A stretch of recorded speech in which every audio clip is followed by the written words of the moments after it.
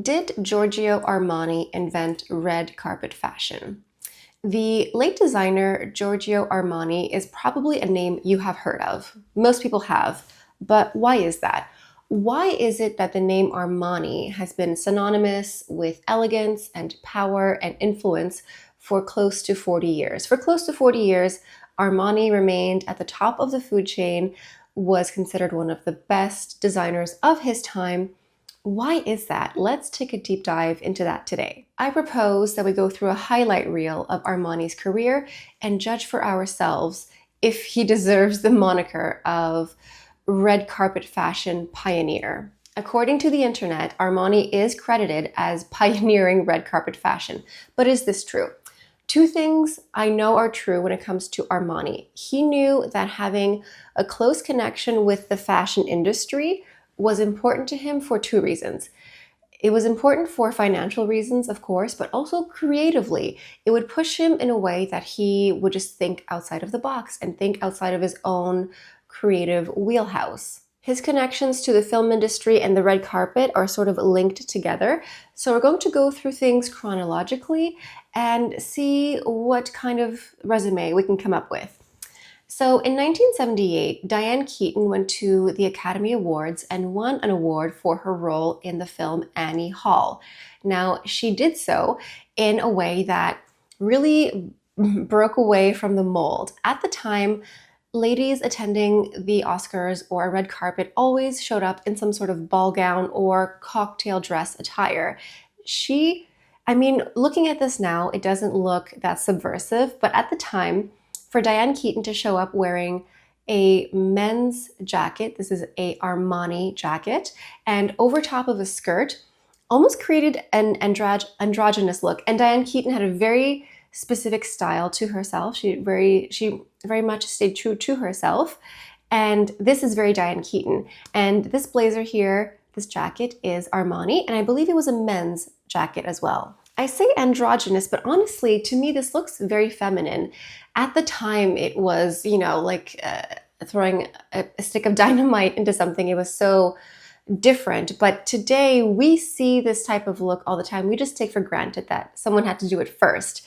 And I think that this looks very feminine. I just think it looks very Diane Keaton. Perhaps at the time, people had not really come to appreciate her and her aesthetic quite yet. But this was monumental, and it was an Armani jacket. And Armani would go on to dress her in a later film, The Father of the Bride, a few decades later. Armani was actually responsible for costuming of over 100 films. So we're going to keep it short, or we're going to keep it to a list of a few films. Otherwise, we'll be here for 4 hours. But one film that he did the costuming for was a film in the 1980s starring Richard Gere. This was American Gigolo. This film actually came out in 1980 itself, and the titular character played by Richard Gere has a sort of dressing montage where he opens up a drawer, and it's just an army of crisp Armani shirts. And then he has this whole montage in the film where he's pulling out different Armani jackets to pair with different Armani pants and different Armani neckties. And you can see here a male character who enjoys dressing himself. It's no longer seen as this like feminine, girly, effeminate, frilly, frou-frou thing. No, he's a man. He's a gigolo. He cares about how he presents himself, and he's wearing Armani. And it's that connection between like a powerful male character and the pleasure of dressing in an Armani suit that really helped spark something. And seeing a male character present himself in a very male, masculine way and caring about it and showing pleasure in it and pouring over his entire Armani catalog, that snowballed into something later, which we will discuss. So Armani's connection with the film industry sort of started to pick up here, and he worked with Brian De Palma for his film The Untouchables. This also came out in the 1980s, but it was set in the 1930s. This starred Kevin Costner, Robert De Niro, and Andy Garcia, and Armani did the dressing for these characters. And these characters were gangsters. One thing to note is that The costuming for this film is not necessarily the most historically accurate. It is Armani's interpretation of the 1930s suits. But if you look at it, it definitely has the 1980s power dressing, power suit influence mixed in. It's a great film. It's a great crime drama 1980s Brian De Palma film, but it's not the most historically accurate, which is fine. He wasn't going for historical accuracy. He was just going for great suits. Armani then went on to do the costuming for Martin Scorsese's film Goodfellas. This came out in 1990, and this starred Robert De Niro, Ray Liotta, and Joe Pesci, to name a few. So Armani designed the sharp, tailored suits for the mobsters in this film. Armani really honed in on the power suit aesthetic of the time to create dynamic, powerful, intimidating mobsters on screen. This is really a great example of costuming used as visual storytelling. The costuming was just as much part of the characters as their accents, as their intonation, as the character themselves. So the costuming was really used to display power, authority, and a little bit of edge as well, but in a crime drama sense. These men were authoritative, they had lots of money, and they knew it. Armani knew that suits, specifically his suits, were a status symbol, so he used that essence to infuse that into the film. 2 years later, Armani would dress Kevin Costner for his film The Bodyguard, a gorgeous man in a gorgeous suit, tailor fit, and it just looks great on him, and he plays a bodyguard. We've seen this movie, it's fantastic, it makes you cry, but it again shows visual storytelling with the suit where he's this strong bodyguard that you can lean on and count on, and so it's sort of building a mythology about a human man with a suit. So all of these films together really started to snowball in pop culture, which then led to Armani not only dressing the male stars in the films, but he started dressing them on the red carpet as well. And that's where you get this connection. So the male celebrities would wear their custom tailor-made Armani suits in the film, and then they would show up on the red carpet for their premiere, and people would be asking them what they're wearing, and they would say, I'm wearing an Armani suit. And so that's where this connection of film and red carpet really got solidified for him. And that's where allegedly people got the idea to ask celebrities who they're wearing at the red carpet. When they're at the red carpet, who are you wearing? According to the internet, this may or may not be where reporters got the idea to ask celebrities, who are you wearing? Because Armani just became this powerhouse in the 80s and 90s. This led Armani to cultivating this aura, which was called the Hollywood chic of the 1980s. But the 1980s led to the 1990s, and this transformed into the golden age of red carpet, which was tied to Armani. But why is that exactly? Like, why did the 1990 golden age, why was it so connected to Armani? Well, again, the film industry and the red carpet, but one thing in particular, Armani always had a pulse on what was happening in Hollywood and film. And he decided to open a boutique on Rodeo Drive in Hollywood, and he wanted to deepen his connection with Hollywood elites, Hollywood celebrities. So he hired someone named Wanda McDaniel. Now, she was a former Society editor, and she was hired specifically by Armani at his Armani boutique to be the entertainment liaison. So she had a deep connection to Hollywood celebrities, and he knew that. And he decided to form a friendship, more like employment. Like, he hired her specifically, like, listen, you have connections to Hollywood. I have all the suits and the gowns. You need to bridge the gap for me, please, and thank you. She was friends with Maria and Bobby Shriver. She also apparently dated Cary Grant at some point. So she had that connection already. And Armani hired McDaniel to just further this connection. And she would facilitate lunches with him with some of her Hollywood friends like Elton John, Sharon Stone, and Eric Clapton, to name a few, which is extremely 80s and 90s as well. Armani hired McDaniel specifically because he knew that she had connections that he would not be able to access otherwise. And by this point, the Armani suit surpassed fashion and pop culture in a way and literally just became a status symbol. Even the former coach of the LA Lakers, Pat Riley, was seen wearing Armani suits to the games. It just became a status symbol, like a Rolex watch or something like that. It was just, if you were a successful man, well, obviously you needed an Armani suit. Armani's connection with McDaniel led to more red carpet moments like Julia Roberts.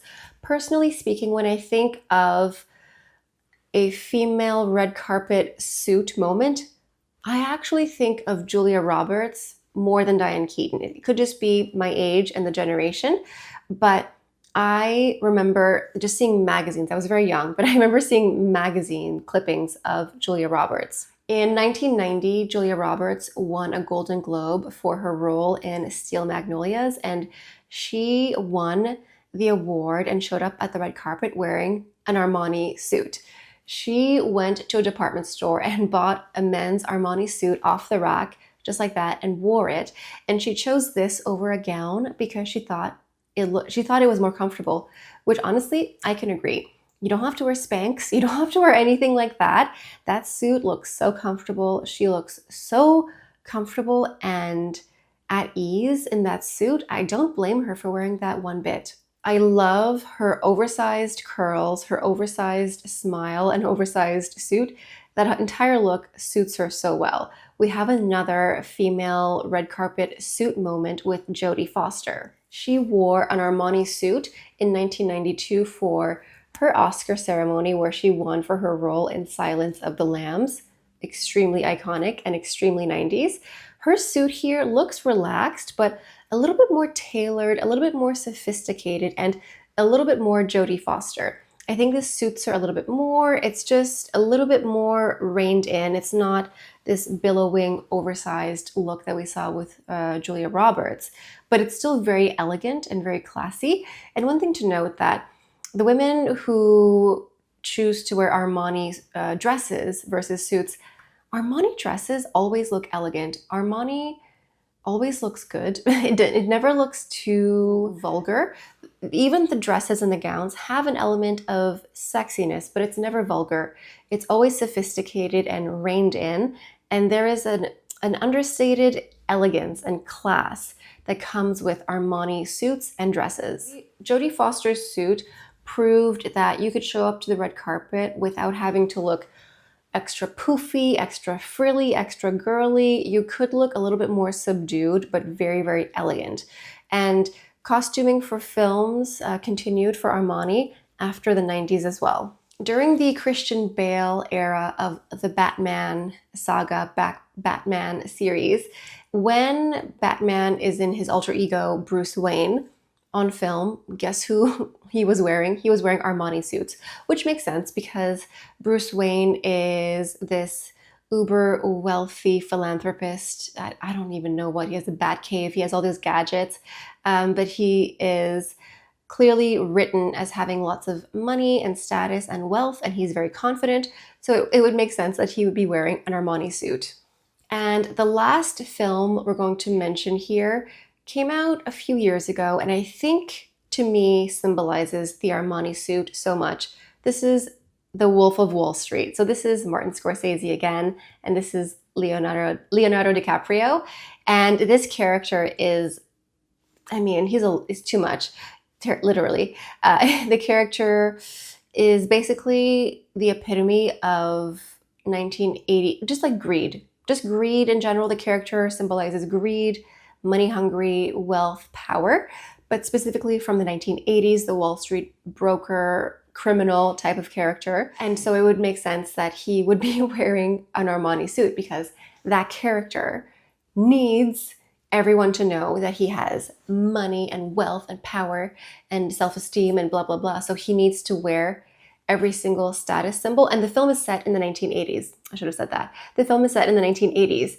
So it would make sense that the criminal character would be power dressing in the 1980s power suit, because this is a character that only wants things if everyone else wants it. You know, that type of character that needs everyone to think that they're successful, so therefore they're covered head to toe in status symbols. It has been stated online that before Armani, the Oscars red carpet had nothing to do with fashion.